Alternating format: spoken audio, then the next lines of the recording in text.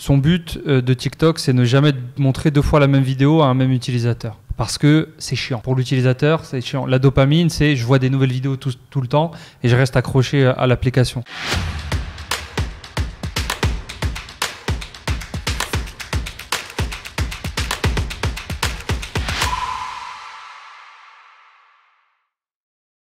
Alors, parle un petit peu de tes stratégies aujourd'hui. Donc, tu nous as parlé de TikTok, tu nous as fait quelques teasings par rapport à TikTok, même organique. Ouais, Okay, donc... je fais les deux, moi je fais organique et ads. Donc. Ok, super. Donc, parle un petit peu de ça, comment tu fais Alors en fait, moi il n'y a pas si longtemps que ça, donc c'était cette année même, j'ai commencé un peu à m'intéresser justement à TikTok, mais c'était un peu en second plan en fait. Je regardais un peu et je voyais en fait qu'il y avait moyen de faire des vidéos qui pouvaient devenir virales en fait. Donc j'avais commencé avec un produit que j'avais commandé moi quand j'étais sur Paris et j'avais fait des créatives moi-même. J'avais pas fait de vente, mais il y avait des vidéos qui faisaient 1000, 2000 vues, etc. Et donc je me suis dit, il y a moyen de rediriger les gens vers un site. Et en fait, ça se faisait déjà à cette époque-là, hein, c'était il y a quelques mois, donc il y avait plein de gens qui le faisaient déjà. Et du coup, j'ai commencé à regarder pareil sur YouTube, plein de contenus gratuits et tout. Et au fur et à mesure, j'ai lancé des produits comme ça en organique. Et quand ça fonctionnait, que ça prenait, donc il y avait des vidéos qui devenaient virales, etc. Je relançais les mêmes créas en ads ou les créas qui étaient différentes, le même produit en fait. Et des fois ça fonctionnait, des fois pas, je comprenais pas trop au début. Et en fait, au fur et à mesure, j'en suis arrivé à un point où maintenant je lance plein de créas tout le temps. J'ai quelqu'un qui les fait pour moi, c'est plus moi, mais je paye à personne et elle fait en fait plein de créas en organique. Elle a, vu que moi je suis sur le marché UK, c'est un peu compliqué de poster quand on est en France sur le TikTok UK, donc il y a certaines techniques. Et du coup, lui, il a son téléphone et il poste les créatives en fait directement sur TikTok. Et je crois qu'il doit faire entre 8 et 10 créatives par jour en organique. Et ensuite, ce qui fonctionne, moi, j'essaie de le relancer en ads en fait. D'accord. Donc plein de choses qu'on va pouvoir aussi décortiquer en détail. Donc tes premiers pas dans le monde de TikTok, ça ressemble à quoi? Donc tu découvres la plateforme en tant qu'utilisateur. Justement, moi, j'étais vraiment, j'aimais pas du tout TikTok. En fait, j'avais l'impression que c'était un peu un truc un peu bête, genre bête et méchant. Et j'étais en mode non, je crois j'ai installé très très tard TikTok et en fait c'est quand j'ai installé et que j'ai commencé à voir des vidéos qui en fait c'était par rapport au nombre d'abonnés des gens et les vues qu'ils faisaient. Il y a des gens, ils avaient 10 abonnés et ils faisaient des vidéos, ils avaient fait 30K vues. Je suis en mode comment. Et c'est après j'ai commencé un peu plus tard à m'intéresser justement à ça et les premiers trucs que j'ai fait moi c'était comme je dis j'ai lancé une créa que moi-même j'avais fait avec des LED que j'avais acheté sur Amazon pour voir si ça faisait des vues en fait. D'accord, donc tu as acheté des LED de Amazon, tu t'es fait livrer le produit chez toi et tu as filmé la vidéo que tu as en téléphone. J'en ai fait plein avec ce produit-là, j'ai dû en faire une dizaine. Je crois que j'ai fait quelques ventes au bout d'un moment parce que j'avais mis le lien sur le compte TikTok, mais c'était pas fou parce que c'est des classiques et après j'ai fait plein de trucs. Ok, donc tu as créé un compte TikTok spécial pour la boutique ou pour le produit C'était pour la boutique et en fait j'ai lancé des produits qui étaient dans la même niche après par rapport au LED, etc. Donc c'était un TikTok que tu as créé en France. Ouais, c'est ça. Ça c'était marché français. Ouais. Et quand tu filmes la créative, comment tu fais? Parce qu'un produit physique, peu de personnes. En fait, en gros, j'ai regardé beaucoup ce qui se faisait déjà sur TikTok. Donc il y avait pas mal de gens quand même qui faisaient déjà ça. Et là en ce moment c'est en train de partir encore plus. Tu t'es inspiré d'autres personnes? Des fois je copiais, simplement je refaisais la même chose. Et vu que c'était des créas par exemple qui étaient sur le marché US, je lançais la même chose et je faisais les mêmes références. Et comme il y a des trends etc à suivre, je faisais les mêmes trends mais je le faisais en français en fait. Et c'est ça. Sauf que c'est toi qui filmais avec ton propre téléphone en fait. C'est ça. Et tu utilisais quel type d'outils pour les montages? Tu utilisais juste TikTok? J'utilisais TikTok et après il y a CapCut donc qui est pas mal aussi. Il y a plusieurs trucs. Il y a VN Editor sur iPhone donc j'en ai testé plein. Mais honnêtement, je crois que les créas quand je les faisais moi-même, ça a dû durer je crois un mois et demi. Et après je commençais justement à déléguer. Sur Fiverr d'abord, j'ai trouvé des gens qui pouvaient faire des créas assez facilement. Juste fallait leur envoyer les produits jusqu'à trouver justement quelqu'un qui peut faire plusieurs créas etc. Et qui ok. Et pour quelqu'un qui commence dans TikTok, tu lui conseillerais d'utiliser quel logiciel de montage? Moi, je pense que VN Editor, ça peut grave faire. Comment il s'appelle? VN Editor, je crois. VN Editor sur iPhone. Après, il y a CapCut aussi, ces deux-là, ils sont bien. D'accord. Ça, c'est déjà pas mal. Et après, sinon, utiliser le logiciel TikTok, moi, je l'ai pas fait. Je sais qu'il y en a qui le font. Mais honnêtement, des logiciels de montage sur iPhone, il y en a plein. En fait, il faut juste suivre les trends, c'est surtout ça le plus important, en fait. Donc, le secret, c'est suivre la tendance.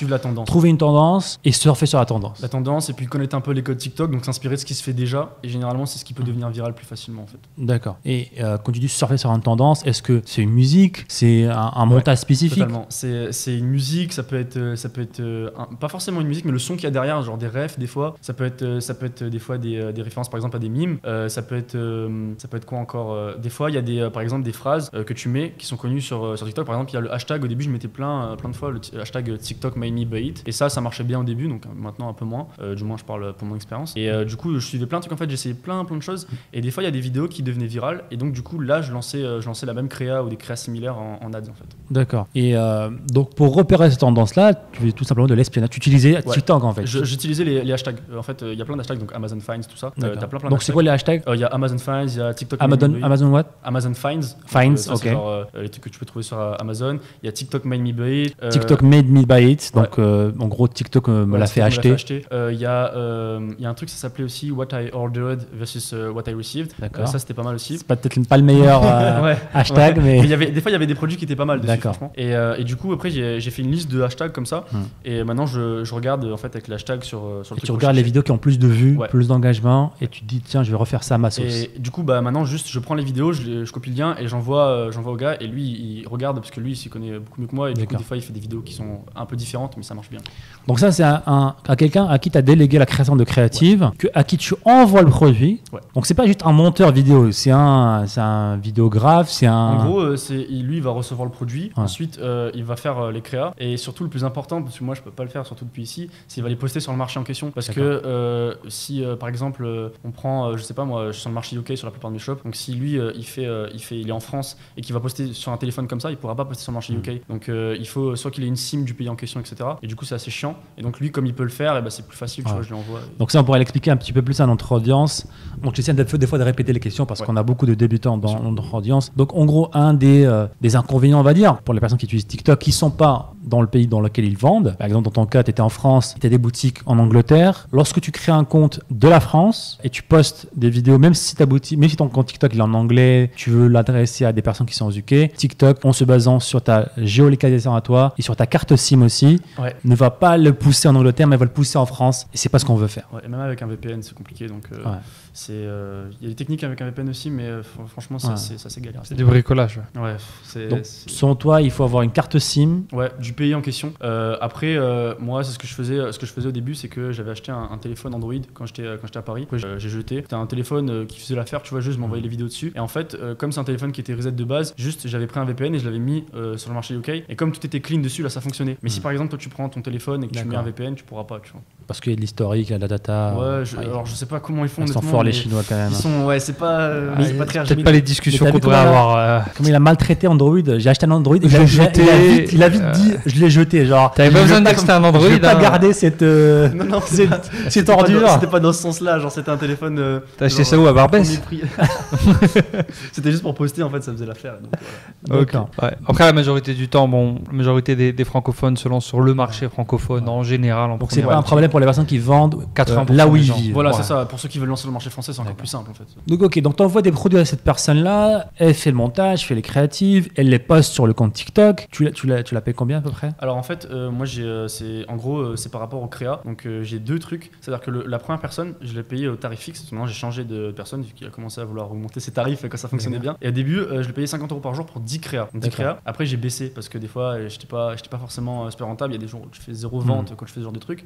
Et même en fait, au bout d'un moment, ce que j'ai pensé à faire, c'est réduire le prix, et c'est ce que je fais maintenant, et donner une commission sur chaque vente en fait. Lui donner une commission sur chaque vente qui est effectuée. Comme ça lui permet quand même d'avoir un tarif fixe vu qu'il va faire quand même pas mal de créa. Et derrière, sur les TikTok qui vont très très bien marcher, comme il va être touché à la commission, et ça peut aussi le motiver à faire des trucs, etc. Donc déjà comment il traque ça, comment il sait qu'il a fait une vente, qu'il n'a pas fait de vente? Alors en fait c'est simple, moi c'est juste par rapport au TikTok, c'est toujours lui qui les poste. Donc en fait par rapport aux ventes, à chaque fois il prend une commission dessus. Et après c'est le nombre de vues sur le TikTok. Quand tu sais qu'un TikTok il a buzzé, qu'il a fait, je sais pas moi, t'as un TikTok qui a fait 8000 vues et à côté t'en as un autre qui a fait 150 000 ou 200 000, et du coup forcément tu sais que tu auras beaucoup plus de ventes sur ce TikTok là parce qu'il est devenu viral. Et moi derrière je fais pas ce TikTok là il a fait tant de ventes, c'est juste je lui paye à la commission et donc ça le motive en fait. Donc tu donnes un bonus en gros, voilà, c'est pas... d'accord. Donc en disant commission, j'ai compris qu'il avait accès au tableau de bord pour voir les ventes. Oui, il a accès à mes ventes, donc il a accès à tout ça parce que c'est quelqu'un que je fais un minimum confiance maintenant. Mais je veux dire, il sait pas ça vient de quel TikTok la vente. D'accord, mais en gros il y a un bonus quand ça part viral. Donc ça c'est une personne, c'est un particulier, un freelancer que tu as trouvé sur Fiverr Upwork, qui maintenant bosse full time avec toi. Ouais, c'est ça. Tu l'as sorti de la plateforme entre guillemets. Qui est une bonne qui est souvent le chemin que les gens prennent, qu'on prend et qu'on recommande. Tester des freelancers et pourquoi pas après faire des deals long terme. Ok, donc tu peux te permettre aussi de lui donner une commission bonus parce que les ventes que tu fais toi sont entre guillemets organiques. Ouais. Ça te coûte zéro là. Bah en fait, si, parce qu'au début, non, quand c'était moi qui le faisais, mais c'est quand même plus rentable de le payer pour faire des créas et qu'il en fasse beaucoup, tu vois, et qu'il en lance tous les jours. Parce que derrière, sur TikTok, ce qui compte aussi, c'est la quantité. Tu vas lancer plein de trucs.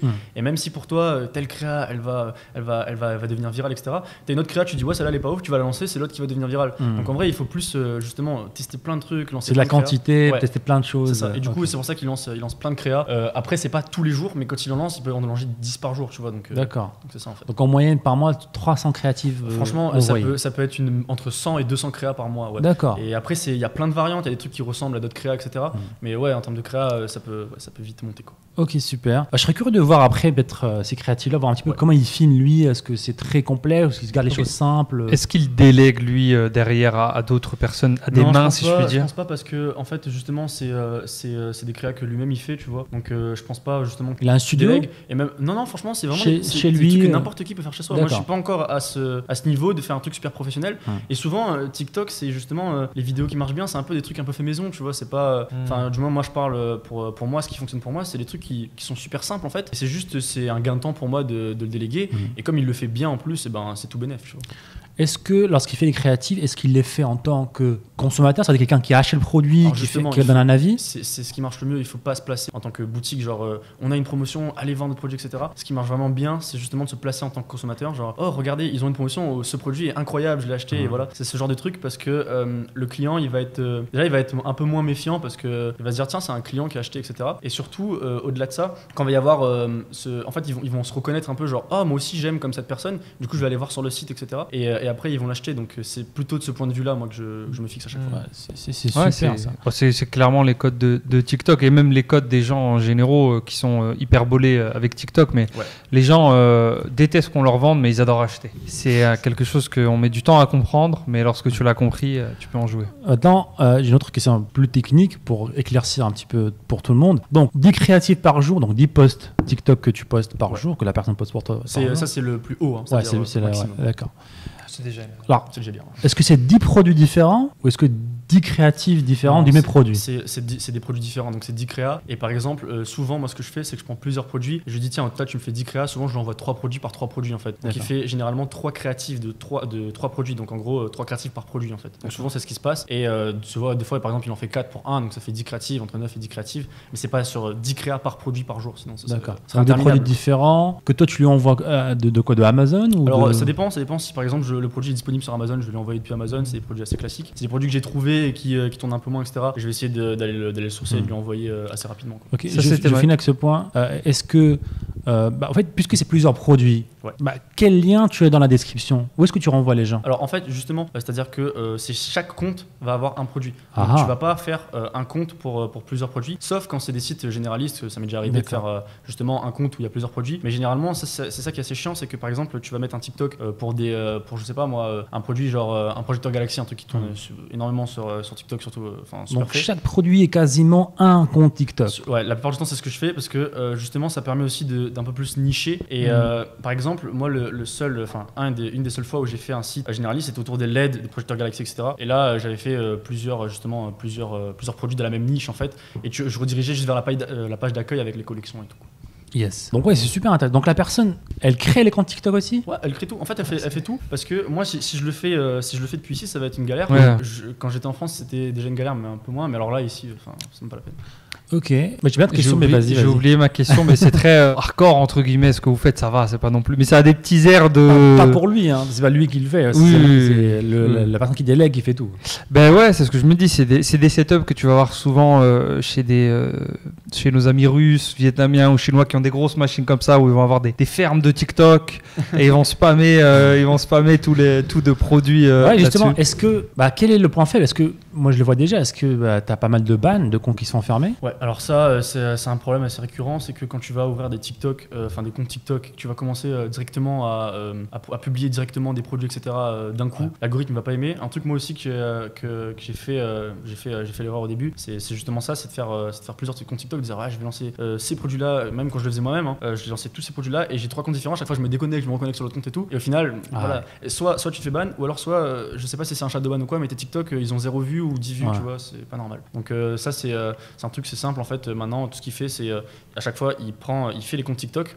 Ensuite, il attend un peu avant de publier. Donc déjà, ça aide. Et surtout, lui, après, au niveau de ses téléphones, il s'organise. Mais pour l'instant, il n'y a plus ce problème-là. Ses téléphones. Il va finir en ferme. Il va finir en ferme chinoise avec tous les téléphones sur le mur. Et va être là. Non, mais écoute, je pense que tu as trouvé une personne qui est motivée à bosser. Ouais, bah franchement, c'est cool. Je crois qu'il a un peu mon âge, un peu plus jeune. Donc il se fait un peu d'argent aussi. Donc c'est cool. Et j'ai peur qu'il parte au bout d'un moment. Oui, après bon, t'as le process, t'as tout ce qu'il faut, donc... Ouais, c'est sûr, mais cette personne, c'est... Qui a accès au TikTok? Bah en fait c'est lui et moi, c'est tout, genre le compte demain il s'en va. Bah justement moi j'ai toujours le compte, c'est-à-dire le compte, j'ai toujours les idées, mais tu peux pas l'utiliser. Bah non, parce que si après je m'y connais pas trop moi justement dans tout ce qui est comment est-ce que je vais faire pour pas me faire track et qu'ils voient que je suis en Thaïlande et du coup ils vont ban mon compte. Donc du coup j'ai un peu peur maintenant même de me connecter sur les comptes que je lui donne. J'essaie il fait des screen records où moi je vais sur le compte depuis mon téléphone et je regarde ce qu'il a posté, etc. Mais c'est un peu plus compliqué justement d'avoir tous les comptes moi depuis ici. Bien sûr. Ah, tu peux pas, malheureusement l'app TikTok, même TikTok en général accède à énormément de choses sur. Ouais, c'est pas normal. Non, c'est bien, c'est bon, ça fait des ventes. C'est une autre discussion, ça. J'en ai perdu ma question là-dessus. Et en termes de résultats, parce que là on a parlé de système, on a parlé de. Donc tu étais à 50 pounds par jour, tu as baissé, maintenant tu le payes un petit peu moins. En moyenne, combien tu vas le payer par mois? Combien ça peut rapporter? En fait, ça peut varier, mais généralement, je paye aux alentours de 1 000 € par mois. Donc c'est un peu plus des fois, ça peut aller jusqu'à 1 200 €, etc. Mais du coup, comme ça fait pas énormément de temps que je fais ça, pour l'instant je suis assez stable, mais il y a des mois forcément qui vont être moins bien que d'autres. Et après ça c'est couplé à TikTok Ads, donc je fais pas que je fais la publicité payante aussi sur TikTok, et ça c'est plus simple en étant d'ici, juste si t'as fait un BM qui est vérifié en France, etc. avec les numéros d'entreprise, donc t'as pas de soucis, ils sont cool là-dessus, donc c'est un peu plus simple sur la partie Ads, mais sur la partie donc créa, donc au niveau de la stratégie justement organique, lui il va faire donc 1 000 €, mais derrière ces 1 000 € là, moi il faut que je sois rentable derrière, donc c'est pour ça il faut que justement je regarde par rapport aux commissions, c'est pour ça que j'ai baissé aussi, parce qu'il y a des fois où justement je m'y retrouvais un peu moins en termes de renta, mais vu que généralement c'est de la publicité qui est organique et qu'il y a des TikTok qui peuvent être ça peut être très viral assez rapidement. C'est quoi ton plus gros TikTok organique sur un produit? Je crois qu'il a fait 1,2 million de vues, et en plus c'était sur le marché français, c'était un des premiers sites français. C'était le marché français. Par contre, j'ai remarqué un truc, c'est qu'au niveau des vues, je me retrouvais pas dans les mêmes en termes de proportion sur le chiffre d'affaires après, c'est pas la même chose au UK qu'en France. Moins en France. Moins en France. Ouais. Moi c'est ce que j'ai reçu comme expérience, c'est que sur les 1 million de vues, après j'ai pas fait d'autres TikTok à faire 1 million de vues, mais j'en ai fait qui ont fait par exemple 600 000 vues, etc. Et c'était pas proportionnel par rapport aux 1 million, tu vois. Ouais. Mais c'est vrai, ça reste fou quand même. 1 million de vues gratuitement en fait. En postant une vidéo sur TikTok, ça fait 1 million de vues. T'as une vraie opportunité de... Après, il faut se bouger, quoi. Tu t'es bougé, t'es parti tester des trucs, tu commandes des produits à l'appel. Au début, tu l'as fait toi-même. Ce qu'il faut être honnête, beaucoup ne le feront pas. Même après avoir entendu ce podcast, beaucoup vont entendre « Ok, je peux faire 1 million de vues, il faut que je commande les produits, il faut que je regarde un peu TikTok, il faut que je filme, il faut que je poste. » Ils vont se dire « Vas-y. » Mais après, s'ils aiment un peu, quand t'aimes un peu créer, etc. Moi, j'ai jamais surkiffé créer, etc. Mais moi, c'était un peu fun, je trouve, en vrai. Donc, je testais les trucs et tout. Des fois, je disais, ça marche moins bien, etc. Et je trouve que c'est une bonne expérience, en vrai. Ouais, absolument. Surtout que, quand tu débutes, je parle les gens en général, c'est une très bonne arme pour les gens qui n'ont pas un gros budget. C'est justement ça, en ce moment, c'est un peu, on va dire, une meilleure opportunité pour ceux qui n'ont pas de budget pour se lancer, c'est que ça change justement c'est une opportunité en fait pour eux. Si tu as 0 €, et ben tout simplement commande un produit, essaie de faire des créas, etc. Et après bon, faut quand même un minimum, voilà, on peut pas commencer avec 0, ça c'est pas possible parce que derrière il faut envoyer les commandes, il faut payer l'abonnement Shopify, etc. Mais c'est quand même super réduit comparé à un budget publicitaire déjà. de base. Carrément. Ouais. Ouais, et vas-y. Non, vas-y. Et en parlant de publicité, donc tu nous as dit que tu utilises aussi TikTok Ads. Et j'imagine que les 300 créatifs que tu lances par mois, ça t'aide beaucoup. Bah justement, en fait, c'est ça. Après, le problème avec TikTok Ads, moi, le problème que je rencontre souvent avec la plateforme, c'est que les créas, elles sont cramées super rapidement. Peut-être parce que je les lance aussi en organique à côté, je sais pas. Mais par exemple, des fois, j'ai le CTR qui chute d'un coup comme ça, je sais pas pourquoi. Tout le monde s'en fout de la créa d'un coup, donc je dois relancer à chaque fois. Ouais, donc si on devait expliquer ce concept-là rapidement à nos auditeurs. Ouais, c'est un concept assez simple. TikTok, c'est une application pour ses utilisateurs qui se doit de proposer du nouveau contenu. Son but de TikTok, c'est ne jamais montrer 2 fois la même vidéo à un même utilisateur. Parce que c'est chiant. Pour l'utilisateur, c'est chiant. La dopamine, c'est je vois des nouvelles vidéos tout le temps et je reste accroché à l'application. Donc pour faire ça, TikTok doit surveiller, doit avoir une fournée de nouveaux contenus constamment, notamment en pub, parce qu'en pub, on peut un peu mettre les manivelles en manuel et avec le budget, forcer TikTok à montrer notre vidéo à beaucoup de monde très vite. Et TikTok, quand il voit qu'il y a un certain nombre de personnes qui ont vu les créatifs, lui-même ferme les vannes un petit peu pour te dire donne-moi du nouveau contenu pour mes utilisateurs, parce que TikTok, c'est que du neuf. Et c'est ce qui a fait aussi le succès de TikTok en fait. Bah oui. Outre son format et tout, c'est que t'as l'impression qu'il y a une infinité de contenu. Ouais, ça se répète pas. T'as l'impression que à chaque fois que tu scrolls, c'est une nouvelle vidéo. Tu vas vers un nouveau. Et tu deviens accro. C'est psychologique ça en fait. L'inconnu, le fait de savoir que ton cerveau il va avoir quelque chose de nouveau derrière. T'es pas satisfait, tu swipes, ça va super vite. Plus. C'est jamais la même chose. Et c'est super. Donc il nous force un petit peu TikTok à avoir de la nouveauté, donc forcément des nouvelles publicités. Et donc il récompense ceux qui donnent des nouvelles pubs à chaque fois. Exactement. Donc c'est un grand avantage pour toi parce que tu as déjà un gros catalogue derrière. Et souvent en fait un truc qui est assez contradictoire, c'est que les pubs qui durent un peu plus longtemps en ads sont celles qui n'ont pas été super virales en organique. Donc ça marche un peu mieux, c'est-à-dire dans le sens où c'est plus long terme en fait. Dans le sens où si tu as déjà fait 1 million de vues, tu as déjà montré ta pub à énormément de personnes qui sont potentiellement les plus intéressées, les plus chaudes par rapport à ce produit-là. Donc TikTok, pour ne pas remontrer la même vidéo, te un petit peu... je suppose que ça doit être ça parce qu'à chaque fois c'est le problème que j'ai au niveau... Te réduit un petit peu là-dessus. Mais bon, encore une fois, si tu n'as pas le budget, c'est pas un problème que tu vas te poser. Les millions de vues gratos, tu les prends. Ça c'est un truc à voir après, mais pour ceux qui veulent commencer déjà en organique, je trouve qu'il n'y a pas besoin de se casser la tête à ce moment. Après, il te faut une machine que tu as toi, mais il te faut une machine de création créative. On n'est pas obligé de lancer autant de créa. Bien sûr. Moi, c'est parce que je suis un peu dans l'optique où plus j'en lance et plus j'ai de la chance au final franchement, d'avoir quelque chose qui devient viral. Donc, voilà. Quand tu débutes, t'en poses déjà, allez, je vais être gentil pour vraiment les gens qui débutent 3 par semaine, 4 par semaine. Ouais. Ça commence, tu vois, tu fais tes tout premiers pas, puis après tu t'essaies de viser 1 par jour. Ouais, 1 par jour, je trouve c'est déjà pas mal. Bien pour un début, 1 par jour, c'est bien et c'est suffisant pour commencer, quoi. Tu prends ta petite boutique de niche sur les.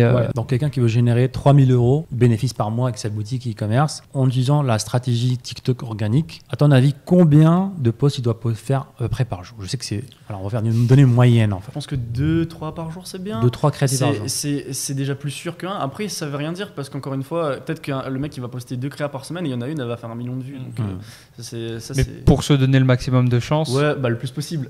C'est toujours le mieux. Mais après, à partir de 1 par jour, déjà c'est bien, c'est un bon début. Ouais. Okay. Tu fais partie d'un certain top de pourcentage de personnes qui passent à l'action, 10 commerçants qui passent à l'action. Quand tu postes une vidéo de produit par jour sur TikTok, t'es déjà dans les gens qui passent à l'action. Et puis surtout, tu as l'avantage de créer ton propre contenu et je pense que TikTok, ils apprécient un peu ça, le fait que tu postes régulièrement ton propre contenu, etc. Toutes les plateformes l'apprécient, mais TikTok encore plus. Mais ce qui est bien aussi, on n'en a pas parlé, mais tu fais un très bon pont, c'est que tout le contenu TikTok ici, c'est du contenu Instagram, Reels, c'est du contenu YouTube Shorts et c'est même du contenu Facebook Ads en vrai. Donc c'est une multitude de créatives que tu peux utiliser sur toutes les plateformes petit à petit pour te diversifier comme tu en parlais. Je trouve qu'aujourd'hui la diversification même organique n'a jamais été aussi simple parce que tu as tes vidéos TikTok et il te suffit d'avoir soit une autre personne, soit la même personne qui les poste sur un Instagram Reels et qui les poste sur YouTube Shorts. Boum, tu es en train d'être sur les 3 plus gros réseaux sociaux du monde, Instagram / Facebook, en même temps avec une vidéo. C'est ça qui est puissant aussi, c'est que tu peux changer justement tu peux reprendre la même vidéo et juste tant que c'est un format genre vertical, 16/9, je crois, 16/9, du coup tu peux la poster sur Shorts. Et 9/16, pardon. Et du coup forcément ça peut être avantageux parce que tu as la même créa, tu la lances sur plusieurs trucs. Après moi j'ai jamais eu de gros nombre de vues sur les Reels, etc. Mais ça peut être une solution. Ouais, c'est vrai que TikTok a quand même cette magie de j'ai 1000 abonnés, je peux faire 10 000 vues. Mais si on est à 2 clics de le reposter sur les Reels, moi je le conseille à tout le monde de le faire. Et sur YouTube Shorts aussi. Tant qu'à faire, tu fais une chaîne YouTube sur ta boutique de niche, puis vas-y, tu balances tes Reels 1 par jour là-bas. Il n'y a rien à perdre de toute façon. Et c'est parti. Franchement, c'est ce qu'on dit toujours avec Sad. Les gens qui débutent, c'est soit tu as du budget à investir, soit tu investis du temps. Ouais. Il faut... Et le temps, là, le temps, c'est 2 clics sur Instagram et YouTube. Ça va. C'est fini l'époque des vidéos YouTube.